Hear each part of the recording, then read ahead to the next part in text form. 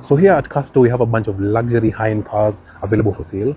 And part of the charm of having access to these cars is I get to analyze all of these cars in depth and really get to understand the difference in the generations of cars. And one thing I have come to appreciate is the fact that luxury high-end cars don't really change much. They just evolve little bits here and there to just make the cars feel modern but not lose their soul. So for example, look at these two Range Rovers over here. From the front, look at these headlights.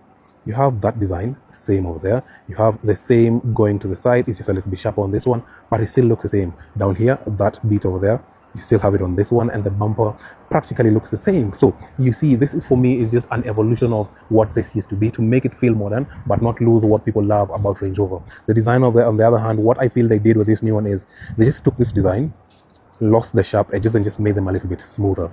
So if you look at this part over here, look, this one is sharp, sharp, while on this one, smooth.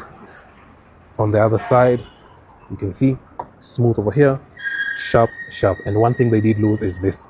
See this part over here? On the new one, you don't actually have it.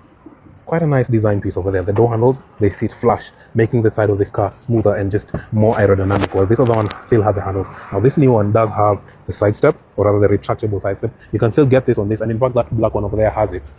Inside, just simple changes. Just so pay attention to the steering wheel, for example.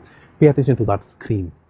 Pay attention to that center console and this climate control panel over here. This changed, by the way, and as you can see, the center console, the armrest, the seats, the panel sunroof, and check out the new one.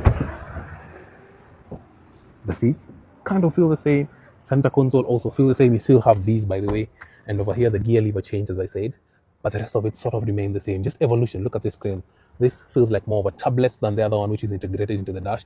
The climate control still the same, and then that screen over there, also quite nice looking, just an evolution. The steering wheel also feels kind of newer and modernized, two-spoke design, very nice looking. The panel sunroof. Now the one part which they did change with this car is the rear. So if you look at this, this is where the tail light is, and your indicator is over there. That is how the new one looks. The old one looks like this, but we did know that this was a very, or rather, like this was typical Range Rover. You see this and you know that's a Range Rover, that one as well.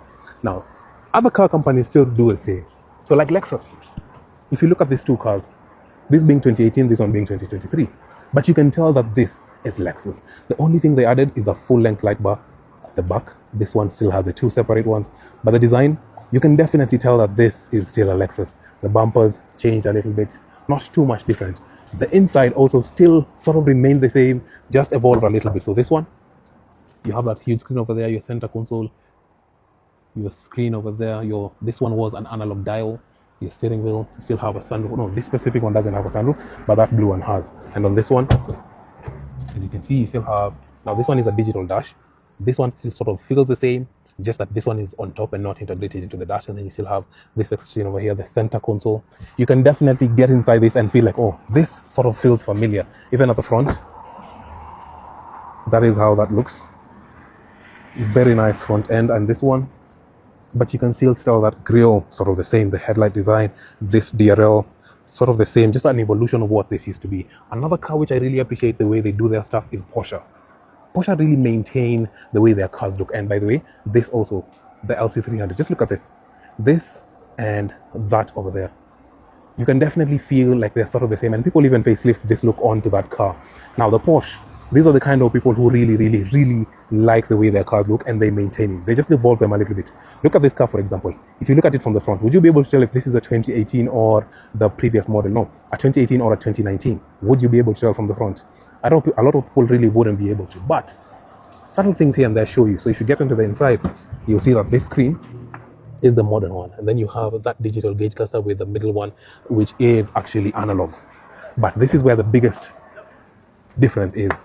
At the back, this full-length light bar, this is the one thing that shows you which car this actually is, or rather which generation of the Porsche this is. But you can still tell that this is a Porsche, and that is one thing I really appreciate about having these luxury cars, or rather the way they don't really change much. And if you're interested in any of those units, just hit us up, and we also have so many units to choose from.